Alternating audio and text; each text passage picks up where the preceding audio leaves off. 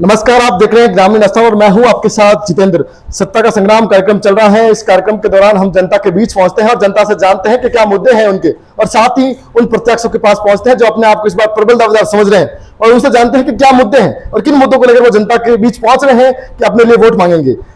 इसी दौरान हम मौजूद हैं जितान विधानसभा में, और हमारे साथ मौजूद हैं पूर्व संसदीय सचिव और साथ में यहाँ के पूर्व विधायक दिलीप जी चौधरी। उनसे जानेंगे कि क्या क्या मुद्दे हैं और किन मुद्दों को लेकर इस बार वो चुनाव में ताल ठोक रहे हैं। तो सबसे पहले बहुत बहुत स्वागत आपका ग्रामीण स्थान पर। Thank you. चौधरी साहब, जानना चाहूंगा कि सबसे पहले आपका पारिवारिक बैकग्राउंड क्या है? देखिए, मेरा फैमिली बैकग्राउंड कांग्रेस का है जी। मैं जन्मजात कांग्रेस ही हूँ। मेरे पिताजी यहाँ इंजीनियर थे और उनको भी पूरा इलाका जानता है जी। पूरी ईमानदारी से वो काम करते थे और नौकरी में रहते हुए भी छत्तीसगढ़ कौम से उनके ताल्लुकात भी थे जी। तो उसके बाद छात्र जीवन से मैं राजनीतिक में आ गया। शुरुआती दौर में हम नगर युग कांग्रेस का मैं अध्यक्ष बना। जी। फिर सेवादल में ब्लॉक अध्यक्ष बन गया, सेवादल का जिलाध्यक्ष भी रहा, प्रदेश का अतिरिक्त मुख्य संगठक रहा, पीसीसी मेंबर में 3-4 बार रह गया, अभी भी हूँ। जिला कांग्रेस पालिका अध्यक्ष रहा। और उस ज़माने के हमारे कांग्रेस के कद्दावर नेता परसा मदेना साहब थे, उनका भी मुझ पर बहुत आशीर्वाद उस ज़माने में रहता था। कई मरतबा मैं जैतन लेके आया, मेरे निवास में भी आए। तो उनकी वर्किंग कार्यकारिणी बहुत छोटी हुआ करती थी, 20 की, और सीनियर लोग थे जी। उसमें सबसे यंग मैं था और मुझे स्पेशल इन्वाइटी के रूप में उन्होंने मेंबर बनाया। जी। चौधरी साहब, जानना चाहूंगा कि राजनीति में आने का प्रमुख कारण क्या रहा आपका? राजनीतिक में आने का शुरुआत में तो मैं पत्रकार दैनिक नवज्योति का रिपोर्टर था जी। यहाँ शुरुआत में जब स्कूल में पढ़ता था तो पत्रकार भी रहे हुए पत्रकार रहा मैं। और कप्तान दुर्गा प्रसाद जी चौधरी थे जी, वो मुझे बहुत लाइक करते थे जी। दैनिक नवज्योति के प्रधान संपादक जी। और कप्तान साहब को मैं जैतान लेके आया जी, और बस स्टैंड पर मैंने एक बड़ी आम सभा भी करवाई जी। स्वतंत्रता सेनानी थे और बहुत ही वो जबरदस्त व्यक्तित्व के धनी थे जी, लेकिन मेरे पे उनका बड़ा आशीर्वाद रहता था जी।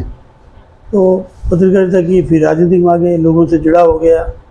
लोगों ने मुझे शुरुआती दौर में अध्यक्ष बना दिया युवा कांग्रेस का। तो उस ज़माने में हम पानी की, बिजली की समस्याओं को लेकर ठेले पे माइक लगा के मैं गलियों में घुमाऊँ। कहीं आज वो यादें ताज़ा हो रही है। हाँ। तो और एक बार तो पानी की समस्या लेके हम निकले, संख्या बहुत कम थी। लोगों ने कहा कम संख्या में आप जा रहे हो। मैंने कहा मैं कोई मेरे घर के लिए जा रहा हूँ क्या, जनता के लिए जा रहा हूँ। चाहे अकेला होऊंगा तो भी झंडा लेके आवाम के लिए निकलूँगा। और इस तरह एक जुनून पैदा हो गया जी। और फिर संगठन में कई पदों पर रहा। पार्टी ने मेरे को कई जवाबदारियाँ दी जी, चाहे गुजरात हो, चाहे आपके हरियाणा हो, उत्तर प्रदेश हो जी। वहाँ की विधानसभा चुनाव मुझे इंचार्ज लगाया जी। भरतपुर पार्लियामेंट चुनाव में मुझे इंचार्ज लगाया जी। नगर पालिका चुनाव हो, चाहे संगठन के कई कामकाज हो, तो पार्टी समझ में मुझे काम कुछ सौंपती रही है जी। चौधरी साहब, मैं जानना चाहूँगा कि अभी वर्तमान में गहलोत सरकार है और आप गहलोत सरकार के कामकाज से कितना क्या संतुष्ट हैं? गहलोत साहब का मेरे ऊपर हमेशा आशीर्वाद रहा है जी। और गहलोत साहब के साथ मैंने काम भी किया है जी।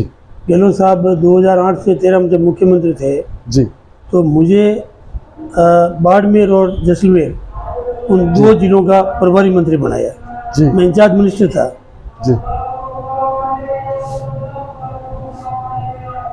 तो इंचार्ज मिनिस्टर रहते हुए मैंने बहुत ही शानदार बेहतरीन काम किया।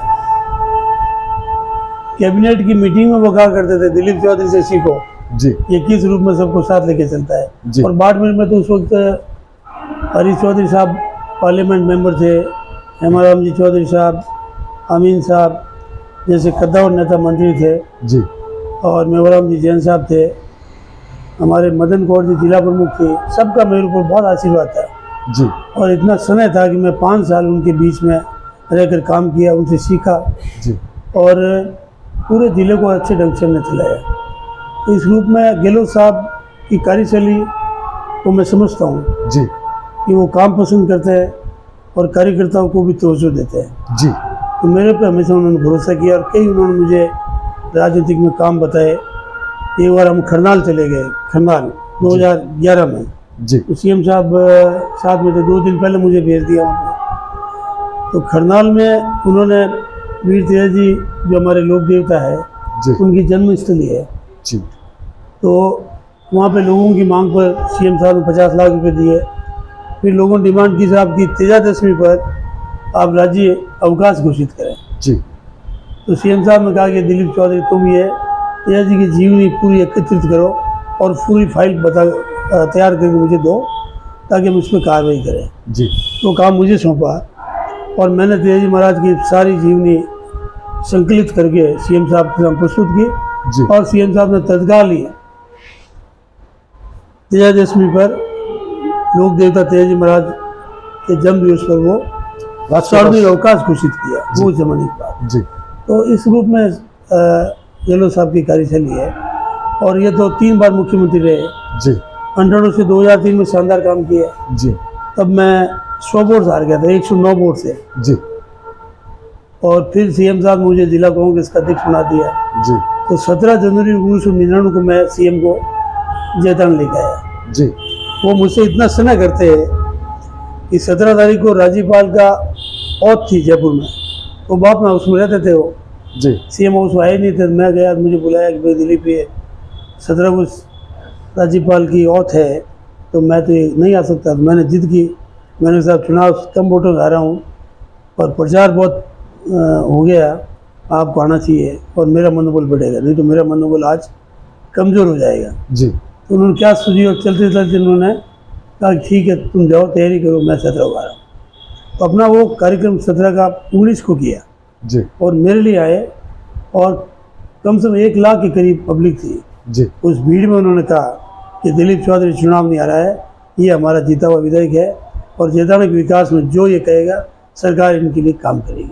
जी तो हमने ताकत से जोरदार काम किया उसमें, जी बहुत धूम मची कामों की, लोगों का दिल जीता। काल रात में जगह जगह सड़कें बनाई, जो भी लोगों ने स्कूलों के काम थे, सड़कों के काम थे, जो मैंने डिजायर दी विकास कार्यों की, जी वो सरकार ने मेरी बात एज ए विधायक मानी। तो तब से मेरे सीएम साहब से बहुत ही मधुर संबंध है। जी। मेरे घर पर कई मरतबा आए हुए हैं और व्यक्तिगत ताल्लुकात भी है मेरे। फिर 2008 से 13 में मैं उनके साथ काम किया। इस बार भी मुझे उन्होंने टिकट दिया, कम मतों से हार गया। तो इस ग्रुप में गहलोत साहब का वर्क बहुत बढ़िया है। कहा जाए ना अभी का काम है जो पिछले ये 5 साल रहे हैं, क्योंकि इस बार इन्होंने योजना की जड़ी लगा दी, उसके बारे में सब बोलो।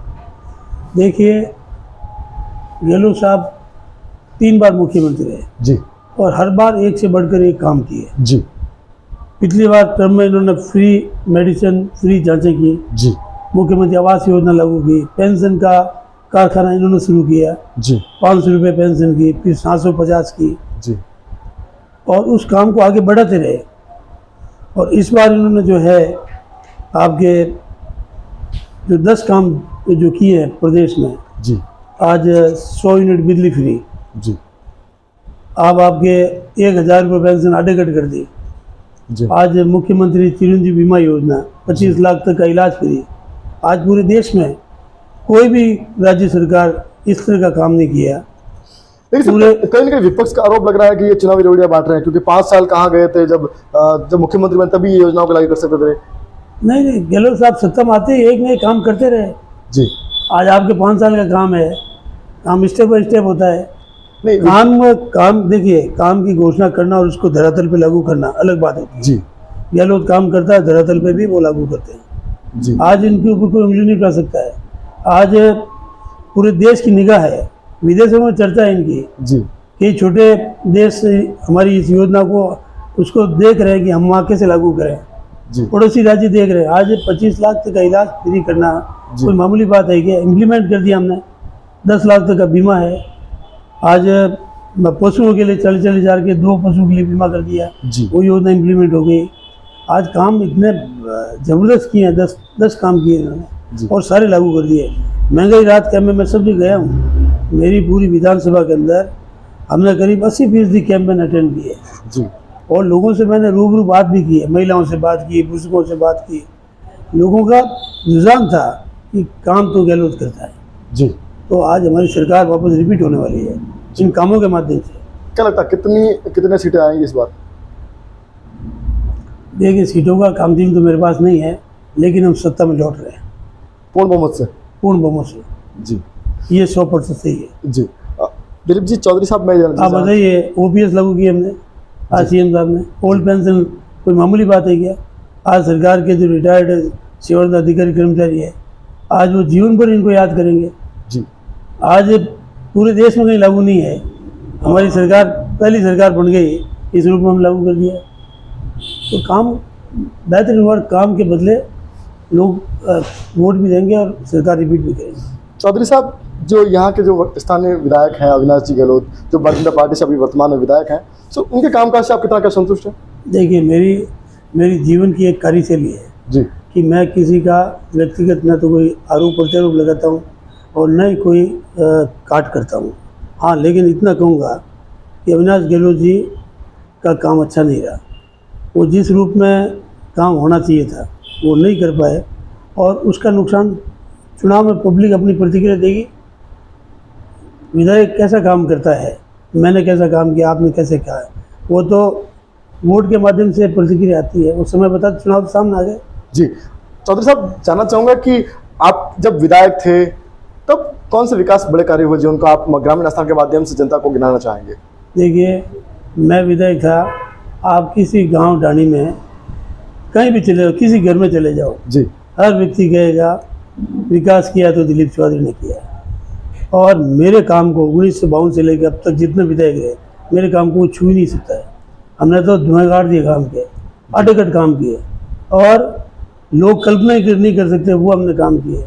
आप बिजली के क्षेत्र में हमने 2 बड़े 132 के बिजली घर बना दिए, एक कालूम बना दिया, एक बर्मा बना दिया। जी 1972 में हमारे पूरे क्षेत्र को बिजली मिलती थी बागरवास से। बागरवास में 132 बिजली घर बना।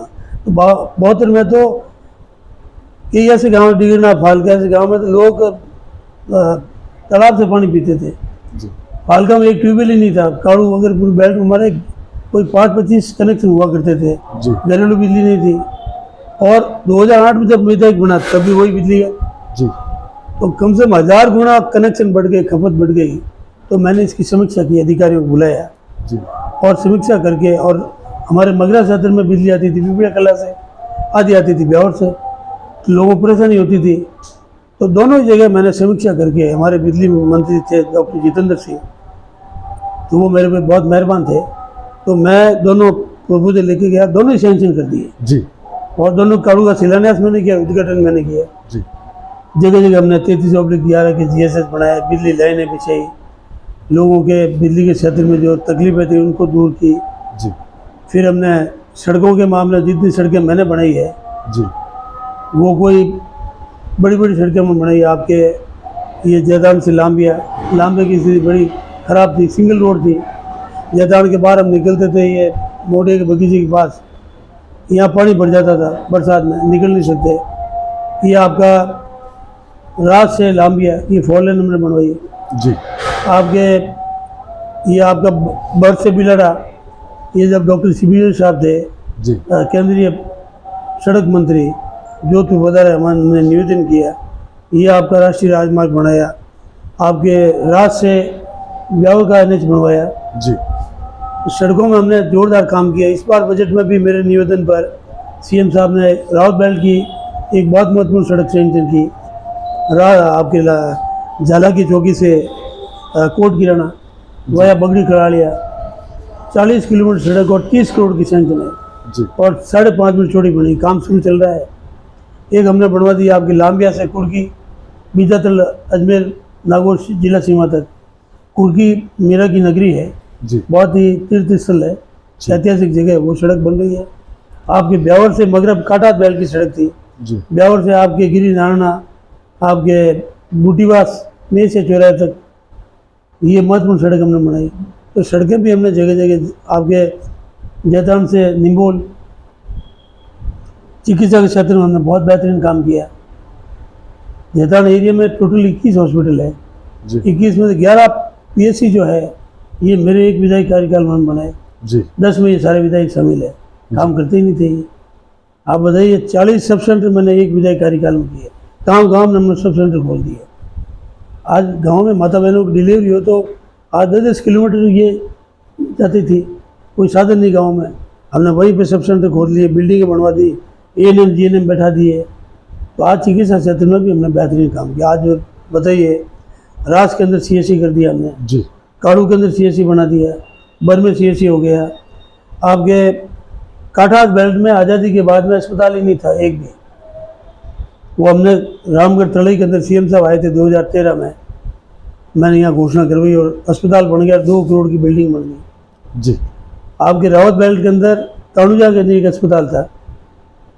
काणुजा हीरा सिंह चौहान साहब का पैतृक गांव है और रावत समाज के बहुत कद्दावर नेता थे, मेरे भी बहुत आदरणीय थे। तो वहाँ पर हमने कोट किराना में एक अस्पताल सेंक्शन करवाया, जी जहाँ दिलीप सिंह रावत सरपंच हुआ करते थे, मेरे मित्र थे। जी उनके कहने से मैंने कही आपका अस्पताल कर दिया। तो आपके बुमड़िया में करवा दिया, सेवरिया में करवा दिया, आपके फालका, आपके डिगरना, मोरई, आसरलाई, जगह जगह हमने बलड़ा कुट हो गया अस्पताल। आपने इतने विकास कार्य गिनाए, क्या लगता है इस बार पार्टी आपके जो पुराने विकास कार्य को देखकर टिकट देगी या किसी और विशेषता के आधार पर आपको पार्टी टिकट देगी? नहीं देखिए, विकास कार्य तो अब आपने बीच में रोक दिया। बाकी देखो, 2 हमने उप तहसीलें करवा दी, जी एक काड़ू में, एक सेंडा के अंदर। जैतान में इंदिरा गांधी शांति पार्क, जी ऐतिहासिक काम मेरा है। पूरे राजस्थान के तहसील मुख्यालय पर इतना बड़ा बगीचा नहीं है। जी हमारे संविधान निर्माता डॉक्टर भीमराव अम्बेडकर साहब के नाम से हमने स्टेडियम का 40 बीघे ज़मीन मैंने सैंक्शन करवाई जी और अभी मैंने बजट में 1.5 करोड़ की स्वीकृति करवा दी। इंडोर स्टेडियम का निर्माण होगा और सोमवार को टेंडर लग जाएगा। आज आदित्यवार को हम बात कर रहे हैं। जी आपके अस्पताल के हमने 100 बेड का करवा दिया। अस्पताल बिल्डिंग के लिए 25 बीघे ज़मीन मैंने आवंटन करवाई। जी तो काम हमने बहुत ताकत से किए। 100 बीघा में शांतिवन के लिए हमने प्रोजेक्ट तैयार किया, जी काम खूब किया हमने। स्कूलें जगह जगह बनवाई, प्राइमरी, मिडिल, आपके सीनियर सेकेंडरी, अंग्रेजी माध्यम के खूब स्कूलों बन गई। जी मैं सीएम साहब को और हमारे पूर्व शिक्षा मंत्री डोटासरा जी को धन्यवाद दूंगा कि आज राजस्थान में वो अंग्रेजी माध्यम की स्कूलें हर गांव में खुली है।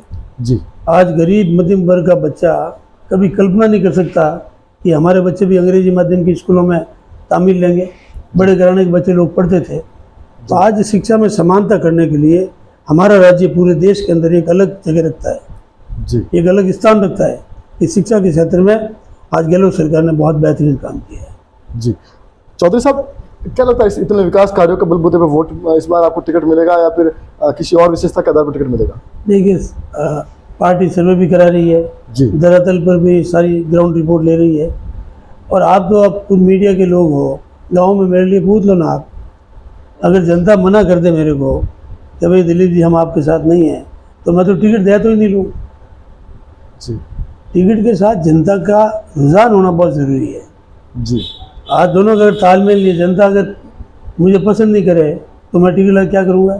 जी तो आज जनता का रुझान किस रूप में है, आज गांव में जाइए आप किसी से बात कर लीजिए कि दिलीप चौधरी ने किस रूप में काम किया, विकास किया।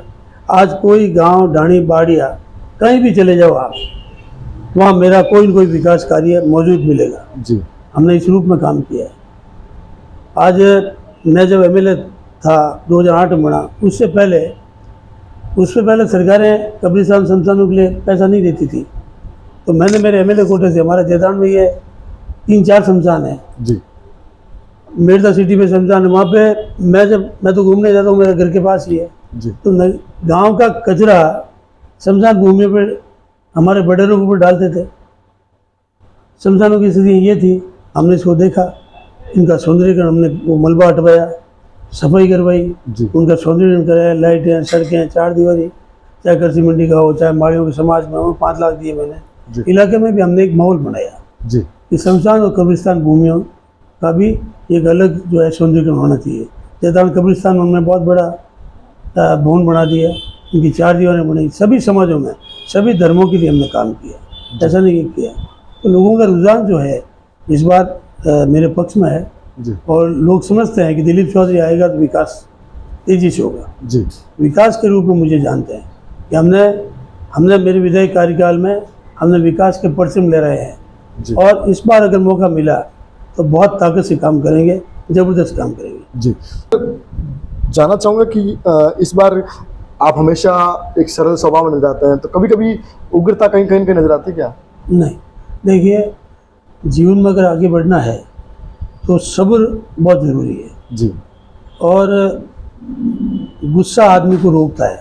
जी अगर हम राजनीतिक जीवन में है, जी और राजनीतिक जीवन में कई तरह के लोग आते हैं। मैं एमएलए था, मंत्री था, तब लोग एक गुस्से में बात करते। जी लोग कहते आप कैसे सुन लेते हो। मेरा हिसाब भी कहता। मैंने कहा ये हमारे माई बाप है। जी आज अगर मैं किस मुकाम पर बैठा हूँ तो इस 36 कौम के परिवार की मेहनत से बैठा हूँ, जी तो इनकी मेरे प्रति अपेक्षा है। जी तो वो अगर कोई इस रूप में काम मांगते हैं तो विकास के लिए तो कहते हैं। जी तो मैं कभी बहुत हर जगह सरलता से लेता हूँ। और मेरा तो आप इलाके में पूछ लो, मैंने तो कि बच्चे को भी कभी रेखा नहीं दिया और कभी दुश्मन का भी नुकसान नहीं किया। जी सबका भला करता हूँ, सबको साथ लेके चलता हूँ। और जीवन में एक चीज़ मैं तो इस रूप में देखता हूँ कि हम किसी को छोटा बनाकर बड़ा नहीं बन सकते। जी किसी को कमज़ोर करके हम ताकतवर नहीं बन सकते। जी अगर आप ताकतवर हो तो अपनी ताकत का इस्तेमाल उस गरीब की मदद में लगाओ, ताकि वो आपको दुआ दे और आपके लिए आशीर्वाद दे। जी दुआ और आशीर्वाद में ताकत है, कोई पैसा में थोड़ी है। हमने मेरे पास इतनी लोगों की दुआएं हैं। आज जयपुर में मेरा बंगला था, जहाँ भी ये 7 नंबर वार रूम है प्रदेश कांग्रेस कमेटी का, वो मेरा बंगला था पहले, जी उसमें मैं रहा हूँ। तो वहाँ पे हज़ारों लोगों का मैंने वहाँ बुला के इलाज करवाया। जी मेरा परिवार पूरी सेवा में रहता। कोई भी बीमार आदमी आ गया, उसका इलाज करवाना, उसकी सेवा करना, खाने का रहने का प्रबंध करना, जी मेरा घर सबके लिए खुला रहता। उस रूप में आज लोगों की दुआ मेरे साथ। चौधरी साहब, अब राजनीति से हटके एक बात करो तो आपके जीवन में कोई ऐसा पल रहा जिस पल को आप याद करते हैं तो आज भी बड़ा मन में गौरवान्वित महसूस होता है कि ये पल बहुत अच्छा रहा मेरे जीवन में? देखिए कई कई पहलू है। कई गरीबों की किस रूप में सेवा की। एक बार मैं कानूजो में गया। जी कानूजो में गया, मैं मंत्री था और सारा लवाजमा मेरे साथ था। तो एक बस स्टैंड पे जनसंपर्क करते करते एक होटल पे रुक गया। तो चाय पीने की इच्छा हुई, तो मैंने कहा भी इनका इस होटल पे चाय पीते हैं। तो वो कोयले से चाय बना रहा था यूँ, जी उससे भट्टी से। तो वो मैंने उसके चाय बनाने वाले के पैर देखा, पैर पे कोई फोड़ा हो रखा था, पैर में तकलीफ थी। जी तो मैंने उसका नाम पूछा, कहता मेरा नाम कल्याण सिंह रावत है जी और वो कानूजा का, जहाँ हीरा सिंह जी का गाँव है, जी वहाँ की घटना है। तो क्या हो गया आपके? वो साहब मेरे ये फोड़ा ठीक ही नहीं होता है और चलने में दिक्कत आती है। तो वहाँ मेरे मित्र थे सोनलाल जी बम साहब, जी। मेरे अच्छे कार्यकर्ता थे। मैंने उनको कहा भाई इनको कल्याण सिंह जी को मैं कल जयपुर पहुँचूँगा, इनको आप जयपुर लेके आ जाओ, मैं इनको दिखवाता हूँ। जी तो रात को आ गए, सुबह मैंने खुद गया अस्पताल, उनको लेके सारी जांचें करवाई और दूसरी रिपोर्ट आई साहब इनके कैंसर है। आप समय पे नहीं लाते तो स्थितियाँ नाजुक हो जाती। अब इनका पैर आधा हिस्सा नीचे का काटना पड़ेगा, जी तो ये बच सकते हैं। तो मैंने कहा भाई आप परिवार से पूछ लो। तो उनका सब हम रहेंगे कहाँ पे? उनका 2-3 दिन रहना पड़ेगा। मैंने कहा ये मेरा घर है, आप यहाँ रहो, खाना पीना कोई तकलीफ नहीं है। वो पैर उनका कटा और मेरे बंगले पे वो 3 महीने रहे। आपने मंत्री के बगले में रखा उनको? हाँ, और खाना पीना सब घर की तरह। जी मेरी बीवी खुद उनको खाना खिलाती वगैरह। तो आज भी वो व्यक्ति जिंदा है जी और मैं जाता हूँ तो मुझे दौड़ के आगे, पैर में अभी उसके आर्टिफिशियल पैर लगा हुआ है, तो उसका आशीर्वाद जब मुझे मिलता है तो मुझे लगता है कि हमने ऐसे लोगों की जीवन में कुछ मदद की है, तो ये हमारी सबसे बड़ी दौलत है। जी। ज़िंदगी में ऐसी प्यार मोहब्बत हमने कमाया है लोगों की सेवा करके। जी चौधरी साहब, अंत में ग्रामीण आस्थान के माध्यम से क्या अपील करना चाहेंगे जैतारण की जनता से? जैतारण की जनता से ये कहना चाहूँगा कि इस बार अगर मुझे मौका मिल गया विधायक बनने का, तो विकास कार्य के प्रति तो लोगों का भरोसा है मेरे ऊपर। जी सारी 36 कौम की जनता मेरे कार्य को समझती है कि दिलीप चौधरी अगर कोई बात कहता है जी तो वो 100% करेगा। मैंने पूरे इलाके में अगर कोई बात मुंह से निकाल दी तो उसको नीचे नहीं करने दिया जी और उसको पूरा किया। आज मैं आपके कैमरे के सामने बोल रहा हूँ, ये लोग मेरी बात को सुनेंगे। जी और विकास कार्य तो जो भी अधूरे हैं, मैं रोज़ 200-250 किलोमीटर यात्रा में रहता हूँ और ऑफिस मेरा 24 घंटे खुला रहता है। जहाँ आप बैठे हो जी ये मेरा घर है और 30 साल से ये कांग्रेस का दफ्तर है, जी 30 साल से। और हमेशा कोई भी व्यक्ति आता है रोज़ 200-400 आदमी, 100 आदमी, 50 आदमी मेरे ऑफिस में आते हैं। मैं उनकी सेवा खातिरी भी करता हूँ, उनकी बात भी सुनता हूँ और उनका काम भी करता हूँ होने लगे। जी तो इस बार अगर मौका मिला तो विकास कार्य तो ताकत से करेंगे ही, लेकिन 2 मैंने संकल्प लिए इस बार। जी एक तो हमारे इलाके में 4-5 कारखाने लगे हुए हैं जी जहाँ विपुल मात्रा में बेरोजगार नौजवान काम कर सकते हैं। तो हमारे इलाके की जो योग्यताधारी बेरोजगार नौजवान है, जिनके पास डिग्रियाँ हैं, क्षमतावान है, लेकिन आज बेरोजगारी के कगार पे घूम रहे हैं, तो बेरोजगार नौजवानों को रोज़गार देने के लिए हम ताकत से काम करेंगे। जी एक फैसला तो मैंने ये लिया है और जो मैं बोल रहा हूँ वो करके दिखाऊंगा। इधर शपथ लूँगा और दूसरी सड़कों पे इन नौजवानों के हकों की रक्षा के लिए निकलूँगा। ये मेरा संकल्प है।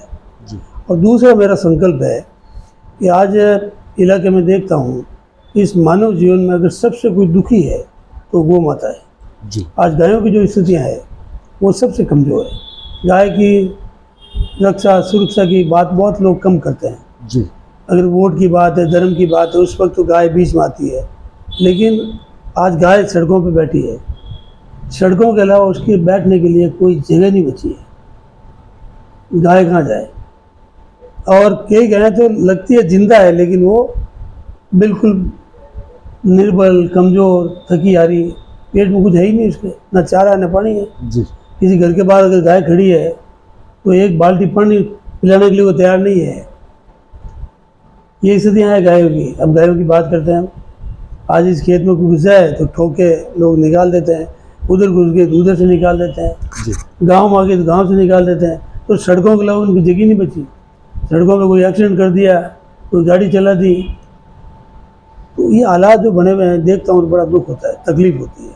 इसके लिए मैंने कार्य योजना बनाई है और हमने ये संकल्प लिया है अगर एमएलए बन गया तो इन गौ माता को इनकी सही जगह बैठाऊंगा और सड़कों पे ये गायें नज़र नहीं आएगी। इनकी रक्षा और सुरक्षा के लिए बहुत ताकत से काम करूंगा, इम्प्लीमेंट करूंगा। जी और जो मैं काम करूंगा राजस्थान में नज़ीर बनेगी। ये जैतारण में गायों के लिए एक सही काम अब हुआ है। जी तो ये कुछ पल है मेरे काम करने के। और बाकी तो लोगों के आधे दिन देखो, विकास कार्य सब कुछ नहीं होते हैं। विकास कार्य के अलावा भी आज कार्यकर्ताओं के छोटे मोटे काम पड़ते रहते हैं। अब लोग ऐसा मोटरसाइकिल पकड़ ली तो एमएलए सोचता है यार ये छोटा काम मैं थोड़ी कहूँगा, लेकिन मेरे फ़ोन करने से उस गरीब या नौजवान का फ़ायदा हो गया। ये बेचारा 4-5 दिन चक्री काटता, तो छोटी गलती के लिए कई बार हमारे फ़ोन से उनको मदद मिलती है तो वो खुश होता है। जी लोग हमसे उम्मीद करते हैं। आज बिजली चली गई, मेरे पास छोटे छोटे फ़ोन आते हैं, साहब ट्रांसफर चल गया, गांव में बिजली नहीं है। जी रात को कई बार 12-1-2 बजे फ़ोन कर देते हैं।